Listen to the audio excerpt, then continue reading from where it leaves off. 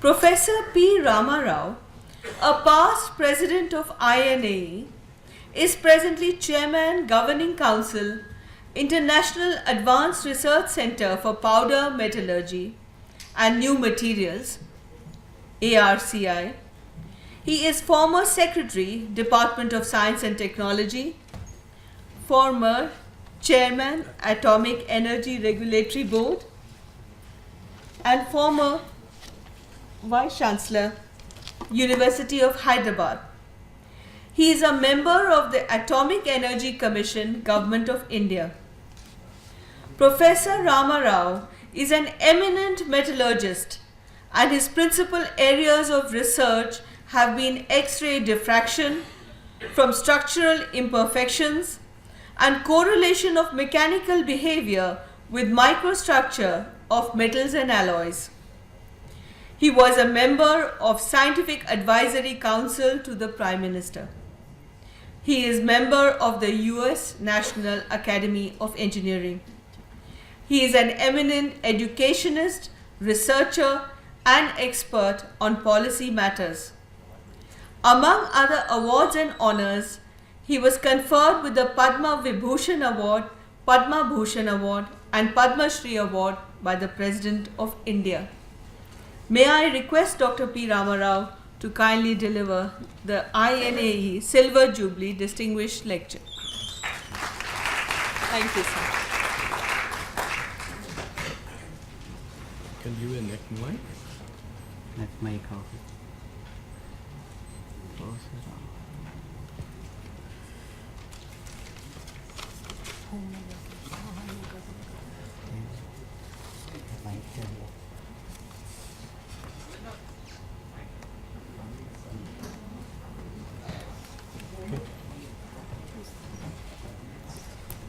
You got a pointer? Yes.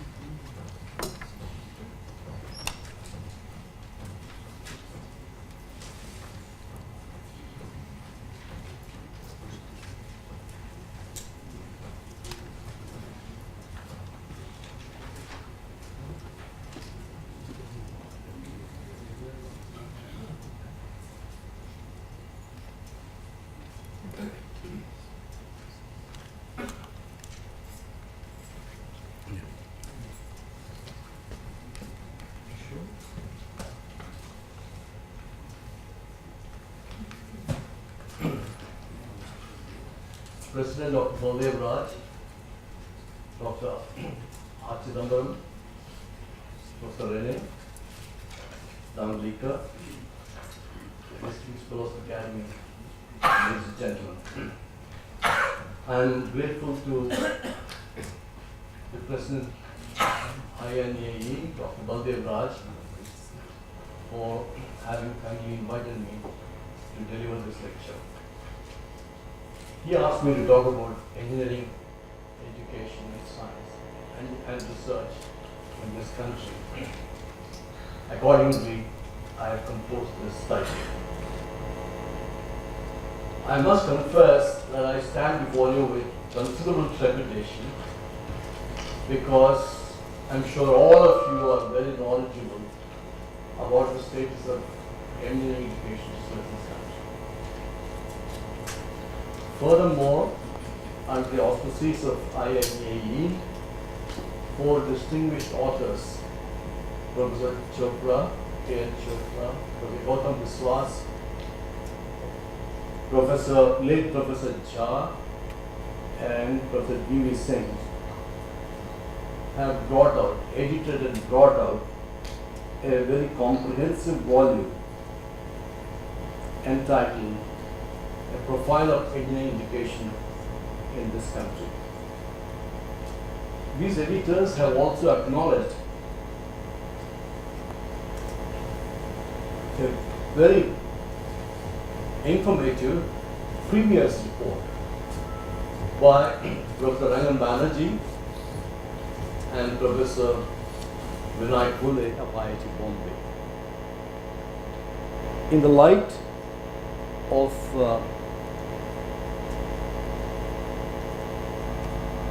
these valuable compilations, what I try to attempt is to some extent an update and in a sense complementary. And on these objectives, with this objective I've listed here a few topics which you can quickly go through. I must also confess, make one more confession, and that is that I have a passion for numbers, data. And recently I came across a little story in which a writer, mostly a statistician, but other things as well, was romancing with a young lady.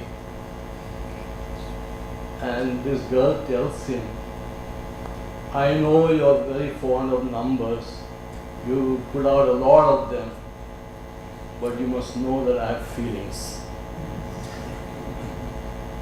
And so after reading this little story, I've tried to tone down the data part of this presentation, but still numbers are needed.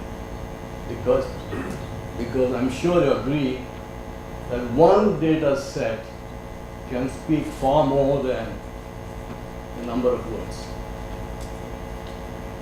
So we'll go through this list as fast as we can, but I'll try to stick to the time.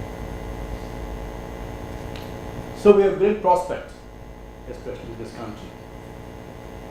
And you can see that the economic theory suggests a few features in which India excels. And nobody has said this fact about India's technical strength, at least in terms of manpower, better than military people. Pandit Nehru actually requested him, hired him as a consultant to the Ministry of Finance in 1955. He came out with a great report, and centered on human capital. And it says the great untapped resource of technical and scientific knowledge available to India for the taking is the economic equivalent of the untapped continent available to the United States 150 years ago. And a couple of more slides to emphasize this point. And I was very impressed because I'm very fond of the scientific policy resolution, like so many of our friends. And you can see that the economic theory suggests that the GDP of a country actually is a function of the per capita income, which depends upon these three parameters: investment capital and human capital and resources. Just read this part of the scientific policy resolution, which Pandit Nehru got adopted in the Parliament in 1958. Composed, I think, by Dr. Homi Bhabha and Dr. Nehru together. The wealth and prosperity of a nation depend on the effective utilization of its human and material resources. Through industrialization, which is investment, the use of human material for industrialization demands its education in science and training.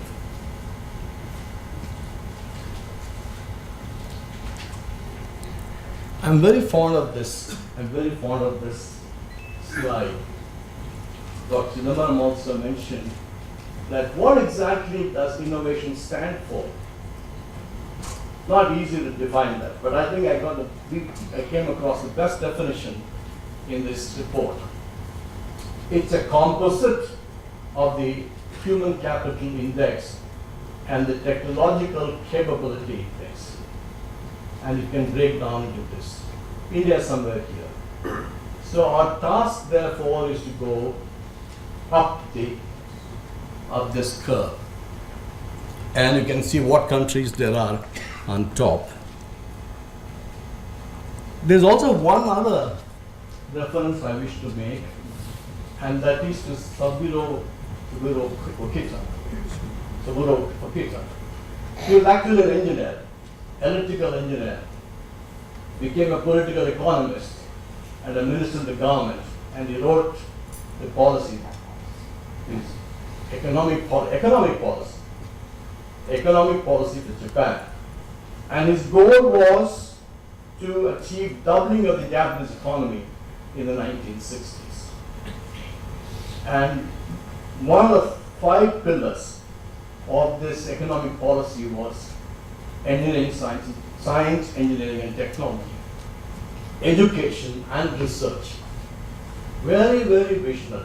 Actually, he passed away a few years ago. This country has also honored him. And it's a remarkable policy document, economic policy document. I think there's something to learn there.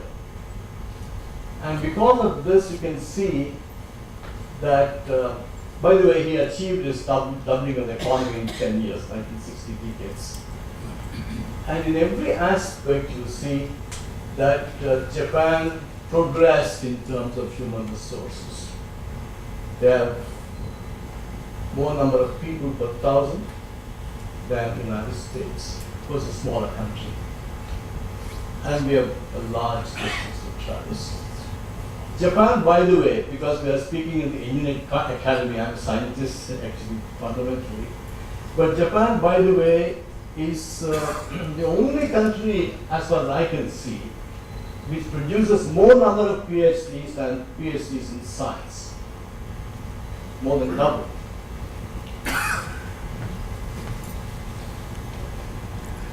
So it is this that we have to really keep in mind, the potential.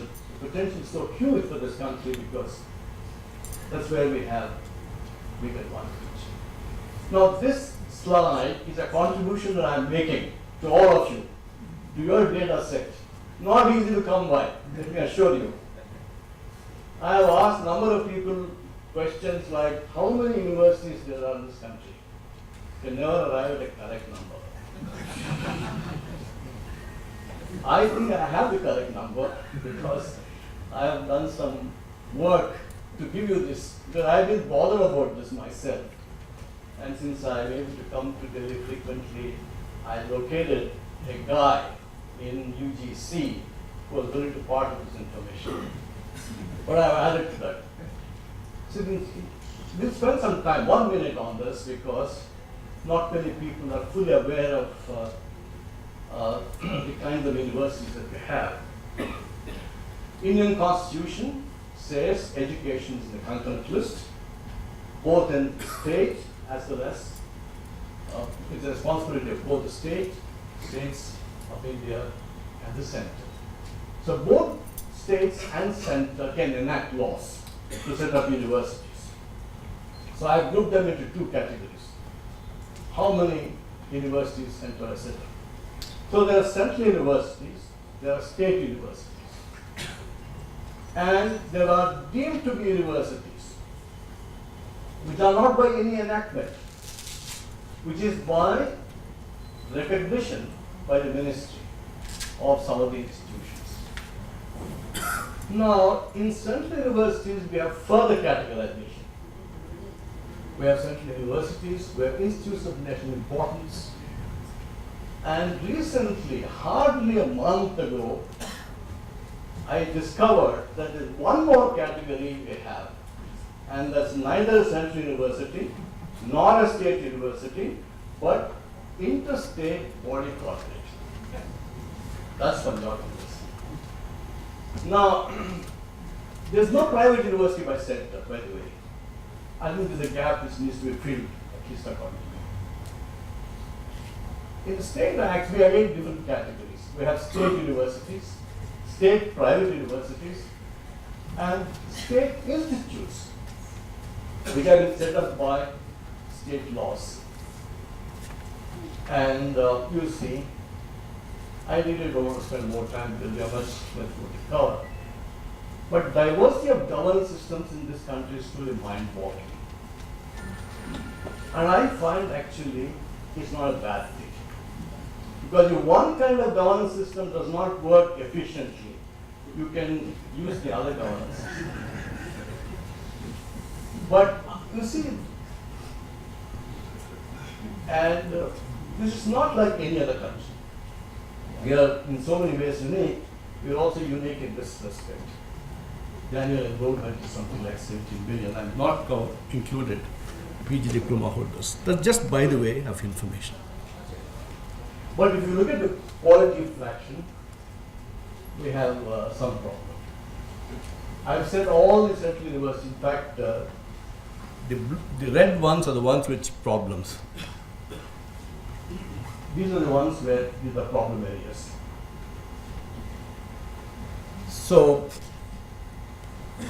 I have said all the central universities are good ones, institutes of national importance, like IITs and some medical institutes.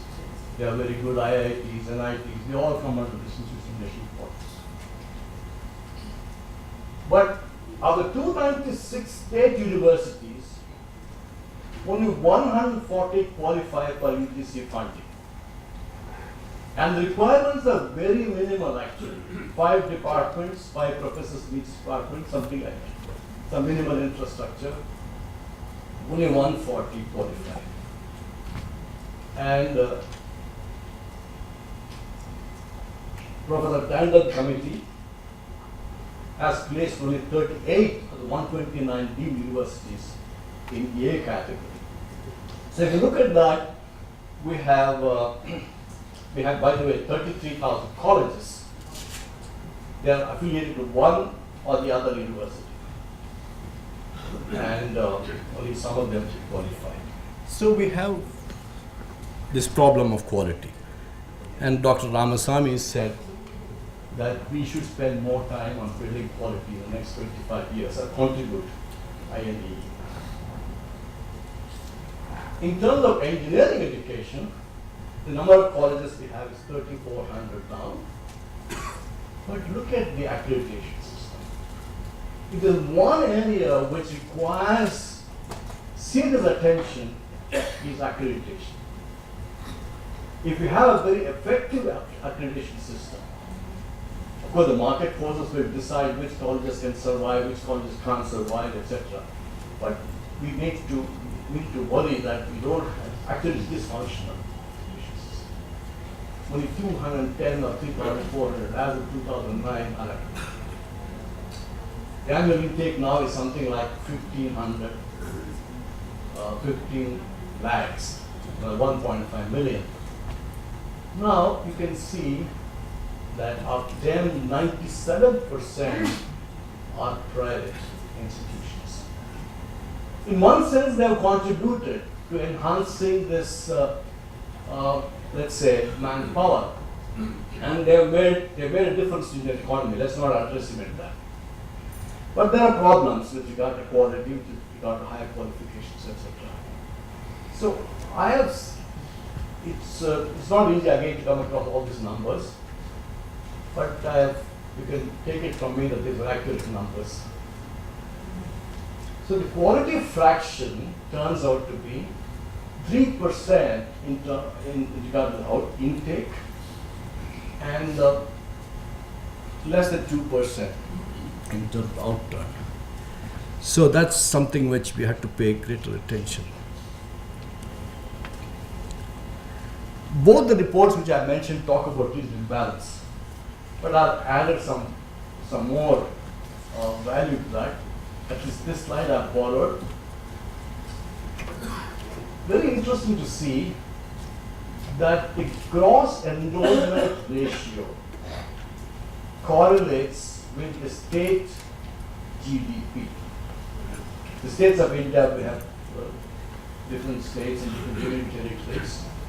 The gross enrollment ratio, I suppose you know, the number of people going to higher education or engineering education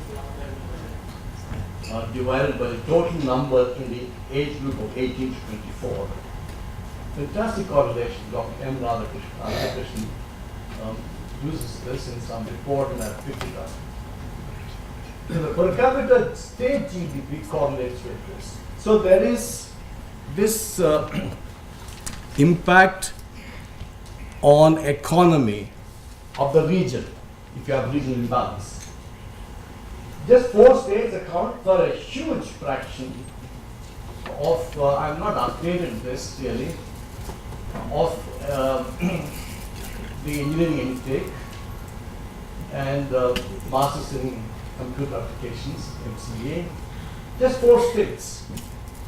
And I tried to get latest information, but I did not succeed. But I had some old information from NASCAM.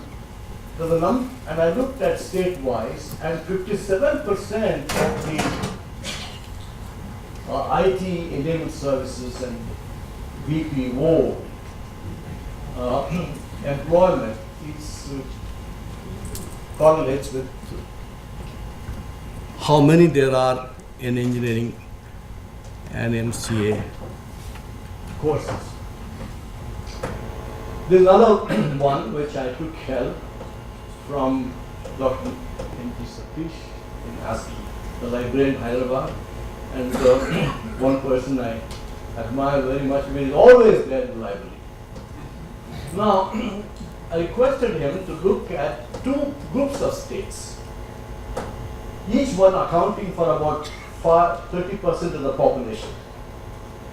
So, AP, Delhi, Karnataka, Maharashtra, blue, and Orissa, Assam, Bihar, Rajasthan, red.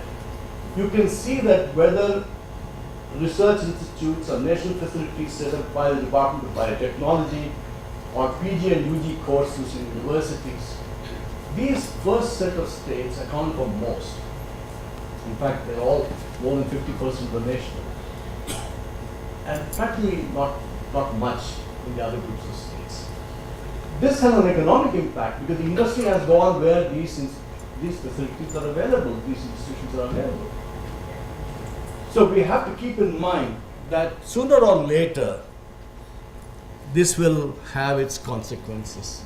There will be repercussions because of this regional imbalance. And everybody knows about faculty shortage. But Dr.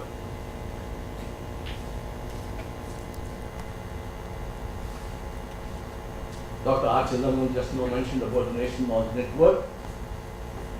Actually, I don't know exact numbers, although I was chairman of a committee for faculty development, Government Resource Institute were also members, and then I did another. So for this kind of intake, you have a huge shortage. You don't worry about the exactness of these numbers, because the number of teachers must have is according to some ratio. Professors, readers, lecturers according to some ratio. All said and done, the huge requirement of faculty. And also qualified faculty, because that challenge is even more horrendous. How do you address this? The way to address this, I think, has been shown in a way by IITs and Institute of Science, who have come together to set up this NPTEL, National Program on Technical Education, and I think number of courses going to be something like 500 shortly. That's where the use of knowledge network. You can use this knowledge network to disseminate the contents of these courses. You can also use video conferencing. There is an attempt to set up what is called a virtual university. So we have a big challenge there, but I think there are solutions which are beginning to be exploited. Yeah, so you can always compare with a country which is doing very well in higher education. So you can see as you go up the value chain, our percentages drop. Very interesting. I tried to round it also to say. USA produces 5% of India's bachelors, 50% of masters, and 500% of PhDs. So you can see that's the sort of gap, and we have to go up the value chain. But we must remember what Dr. Simon said. It's not just PhDs, and I'm going to come back to that point as well. It's a label, but all of us know, all of us have been teachers, most of us have been teachers, and most of us in research, let's say, that PhD, it gives you some tacit learning. And I have seen myself in different positions that I've fortunate to occupy, like regulatory board, for instance. Now, the guys who have done a good doctorate, attack problems very differently, whatever you may say. So there's a value to that. And we have to go up that value chain in a significant way. Again, I've tried, as I said, not to give too much data, but we must have a frame of reference. And the US Patent Office is a good database. With a common frame of reference, you can see China racing ahead. And patents also is a signature of capability to innovate. But what I wanted to draw your attention particularly is US patents assigned to Indian universities. China and India were somewhere together in 2001. Look at what's happening by 2010. Now, that's something which we have not been able to scale up. And there's a lot more inspirational work that we have to do, and we have to carry on a crusade for that. I sincerely believe that Israel elicits admiration. I was fascinated to read this report in 2009, came out in 2009. Now, since we are engineering academy, I've only looked at top countries in engineering. This is the source. And Dr. Rama Rao mentioned that our number of publications is going up, which is true. And while the number of papers is listed here, we are somewhere 25, not too bad in terms of rank, and it's going up, I think. But Israel is somewhere 8. And in fact, this rank is according to in fact. So you can see that the population is highly educated.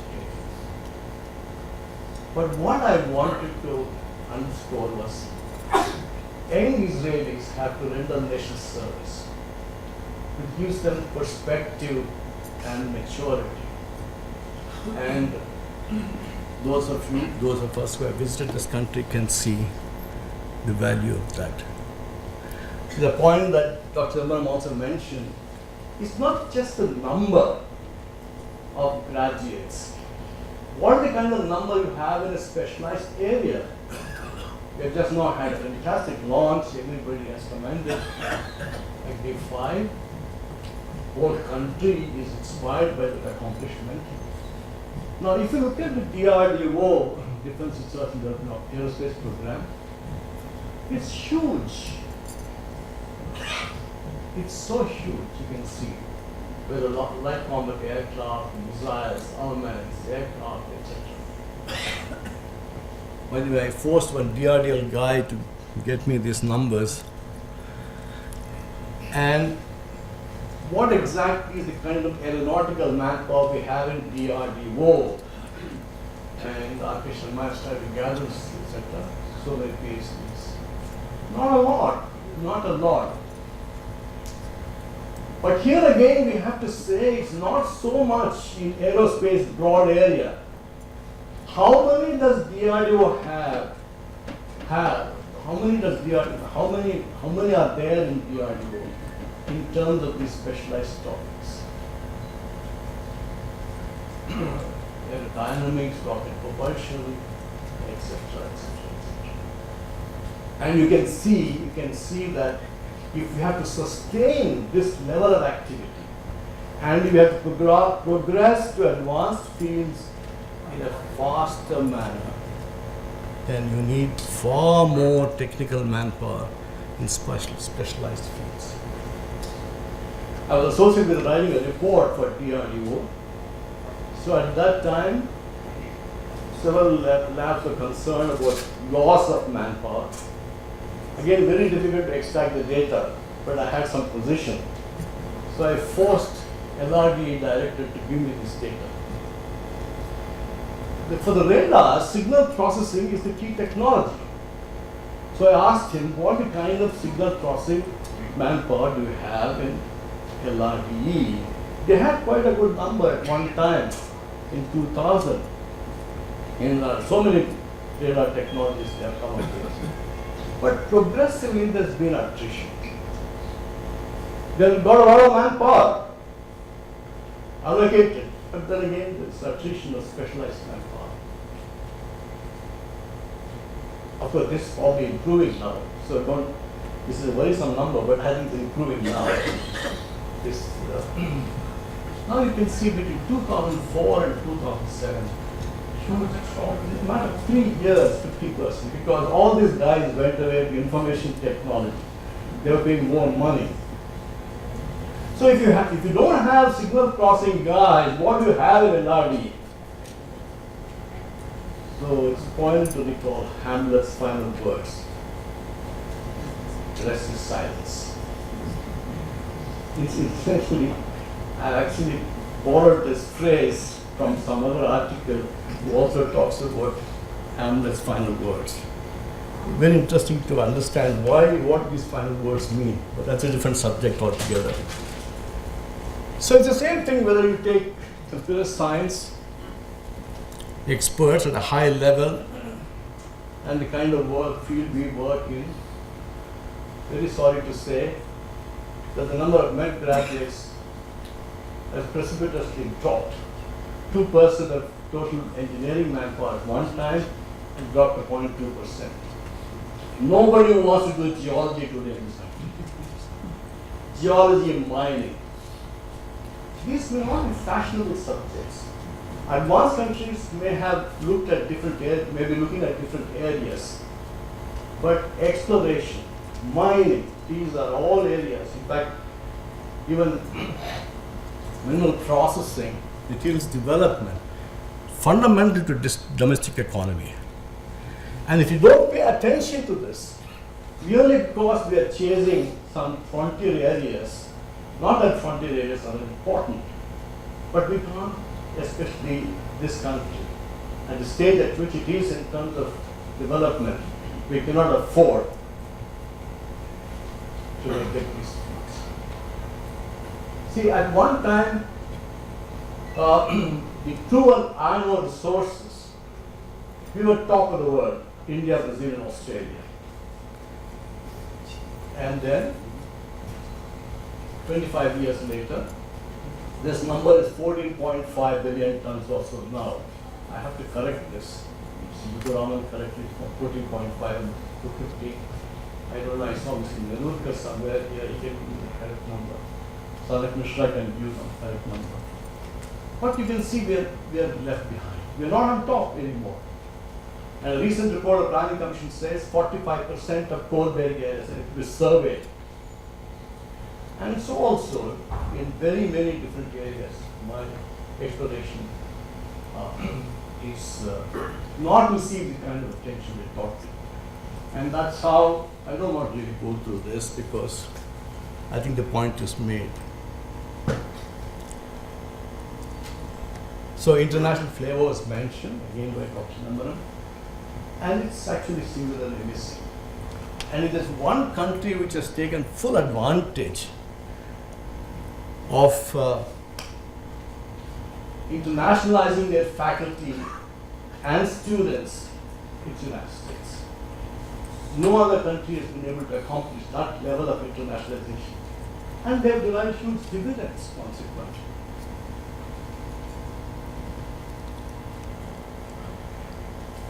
But this cannot be avoided. We have to work with other countries. Science progresses, it is mentioned, both through national collaboration within the country and also with other countries. So, this is the progression. in terms of transmittal across national boundaries. Ideas crossed and trade. East India Company came to this country. Production crossed national boundaries, technology, and now finally art. Now many of these each our fusion energy was mentioned, Dr. Sundaram. So many of these huge projects, no country, no single country in the world can afford the money or the manpower required to push these projects. You have to do that. And again, I requested Dr. Satish to look at US patents assigned to a host country and also multinational R&D organizations in this country, like India. How many US patents have been assigned to them, work done in India, by Indians, but assigned to other countries? You can see assigned to course is blue, assigned to foreign nations is red, and it's much more today than what's been assigned to India. China also the same story. Because Israel is one country where assigned to post it. So this is, as far as I know, other countries are coming to India for R&D. So we should also do likewise. But we have to have a policy shift and enable India to work with other countries in pre-competitive R&D. And there's one example here, which I'm able to mention.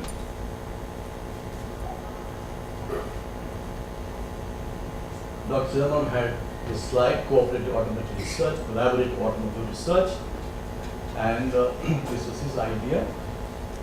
And we have taken a long time to make this happen. Dr. Sundararajan has worked very hard for this, that to collaborate with another country's institutions in pre-competitive R&D.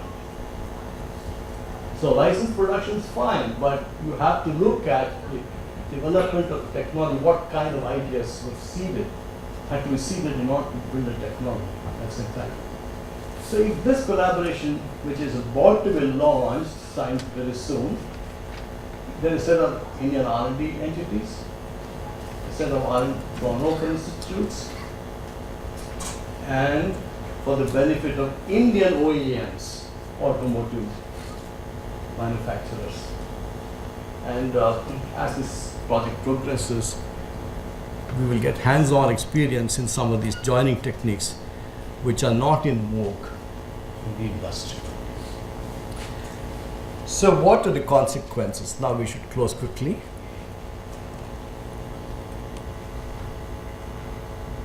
We have this fantastic application. Dr. Ramasamy mentioned non-strategic areas. Fantastic. And long range, we had just one launch yesterday. 3% launch. But many people question this technology-based index. But you can see that you can have these peaks of excellence to admire, but then you need the soil for cultivation. I think there's a lot of effort that needs to be put in order to ensure achievements comparable to what strategic departments have done. A few successful stories. I had this because Ramasamy was going to be guest of honor here. He gave the slide. So these success stories have new institutional structures. You can see the Nailama one. This is the only CSR laboratory, as far as I know, unless something more has happened recently, the Central Leather Research Institute, which is on a university campus, Madras University at one time, and now Anna University. And the head of the Department of Leather Technology at Anna University, the director of CLRI, Leather Institute, is ipso facto head of the Department of Leather Technology at Anna University. So a symbiotic relationship between a university in department and the Leather Research Institute. And according to Dr. Ramasamy, these graduates from this kind of partnership have made huge contributions. I'll skip that. I must mention a couple of more, and I'll IIIT in Hyderabad is an example of public-private partnership. But since Dr. Anil Kakodkar is here, I have to talk about EAE, HBNI. So this is a virtual university because there's no building for this HBNI. It uses the institutions that are already there to bring them together. These are all the research centers, counseling institutions. And you can see that those scientists and engineers who don't have doctorates can register with their seniors within the institute. Outside people also can come. This is beginning to build up very rapidly. And they have already turned out 115 doctorates in a matter of 5 years or so, and so many MPhils. It's a fantastic concept. And this is the brainchild of Anil Kakodkar. So I had one for Dr. Chidambaram, I had one for Dr. Kakodkar, I had one for Ramasamy, because Baba Kalyani will speak about his own brainchild, which is about Forge. But this is a very, very unique idea. There's a PhD guy who is a scientist. There's also one more who is strength in technology. Actually, Dr. Kakodkar's idea was to bring in bridges between their research institutes like PIFR with the technology requirement of, let's say, the power corporation. Not that it was not happening earlier, but over a period of time, they grew into silos. And I think HBNA has been an outstanding medium to build what we call epistemic bridges. And now HBNI is looking up. They are establishing collaboration. A host of institutions, both within the country and outside. And Dr. Brahmachari, his brainchild, he has come up with Academy of Scientific and Innovative Research. CSR labs now have been declared to be institutes of national importance. So institutions of national importance can only be created by an act of parliament. Not many people I find are aware of that, because I am in the administrative staff college and it's got a very distinguished individual as chairman and former RBI governor and so on. And they are getting into some tax problems because he was prime minister. He said, I went to him to declare ASCII as institution of national importance. So I happened to be there and I told him, son, you cannot do that. You can only create an institution of national importance by an act of parliament. And this academy has been created by an act of parliament. And hopefully this will turn into a big success story because it's giving opportunities to a number of students who would not have otherwise had an opportunity to do research. What's the ideal model? So we'll close in a few minutes. What's the ideal model? So I have in this diagram here, sketch, excellence on one axis, level of resources on other axis, the level of autonomy, third axis. If you have a lot of autonomy and very few resources, very undesirable. Some of the private institutions have a lot of autonomy, but they don't have faculty. Dangerous. Now you can have a lot of faculty resources, but you don't have other resources, also infrastructure. But if you don't have autonomy, you can't achieve excellence. So you have to be somewhere here, where the United States. I mean, I'm not an America. I'm not an America 5. But you have to admire this country for what they have been able to institute. I mean, established. I think no other country has any ranking system you take, the top 10 ranks, 8 of them will go to the United States. So what's it that they've done? They actually tried to achieve a high degree of autonomy, high degree of resources, and therefore they've been able to achieve high. That's where we should be. But my submission here is that you can achieve this through public-private partnership. In fact, some of the private institutions that I've had opportunity to visit have created a very good infrastructure, have a great deal of discipline, have achieved something in terms of mass undergraduate education. But if you want to take them up the value chain, which is possible, I think. In fact, we have set up a small foundation near my teacher. We're giving some scholarship to some of the bright boys and girls. You can see that a huge potential. If 97% of the engineering intake is in private institutions, you cannot wish those boys and girls away. So I think we have to look at them and see what government can do to complement the support and also give them knowledge support as to how to build up their value chain. So I'll skip that. So you can have number of, We are having number of ways in which we can improve matters. And I don't want to, on the occasion of the Silver Jubilee, sound a very somber or pessimistic note. But you can see that Institute of Science, for instance, have created a UG program which has flexibility. You can do science as well as engineering. And it's highly research intensive. And we have to carry on a crusade. To some extent, I'm trying to do this wherever there's opportunities I get. That research need not wait till PhD registration or MTech. You can start research projects through actually allocation of credits at the undergraduate level. Hopefully, this new PG undergraduate course will achieve that at the Institute of Science. So there are ever so many new developments about which we can be happy, which are trying to alleviate the situation in regard to quality, etc., etc.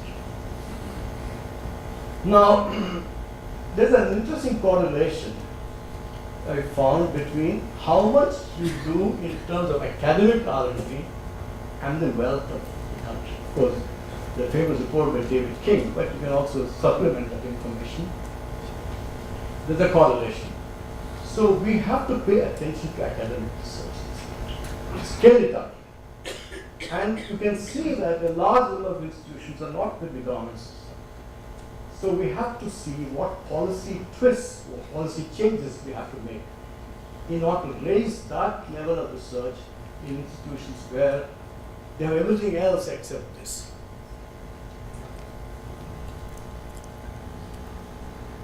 Now this is my final slide actually. I have made a comparison between what you may call physical infrastructure. So you can compare per capita electricity consumption. Because I must say Dr. Zimmerman is also very fond of using this as a measure of human development index. There's a correlation there. But that's a measure of the wealth of the country. And you can see that between the United States and India, it's a factor of 20 or so in terms of per capita electricity consumption. Not easy to bridge this gap. I don't know how much it requires. You must be setting up a 500 megawatt plant every alternative week in order to close this gap. Not easy, probably not possible. But there is this knowledge infrastructure, what you may call creative workforce. There's a lot of articles on it. What is meant by creative workforce? There is the difference between India and a superpower like the United States is not considerable. Just a factor of 5 or 6, bridgeable. So that should be our mission. That should be our mission. And I'm sure you agree, all of you will agree, that if you fulfill this mission, these guys will take on the other part. The gap in physical infrastructure can be closed through people who are innovative. So our job has to be here. And it's estimated by 2050 or so, 25% of the graduate schools in the world can be populated by Indians. So the central message of this presentation is contained in this slide. The future holds humongous engineering challenges in terms of overall eco-friendly development, eco-friendly energy generation, eco-friendly materials, eco-friendly product development and manufacture, as well as eco-friendly lifestyle. The key to our ability to face up to those immense challenges lies in the size and strength of our creative workforce. Indisputably, this is one area, if not the only area, where India enjoys massive comparative advantage. It is for us, therefore, to strive and focus on generating a vast pool of trained talent. And in this regard, let me come back to Milton Friedman. Because that report is so visionary. It says the conquest of the technical frontier, like the conquest of the geographical frontier, requires a very initiative, not just one solution, multiple solutions to multiple initiatives by millions of individuals. So on this historification silver jubilee, the question to ponder for our NEA is what kind of initiatives the academy must be taking. Thank you.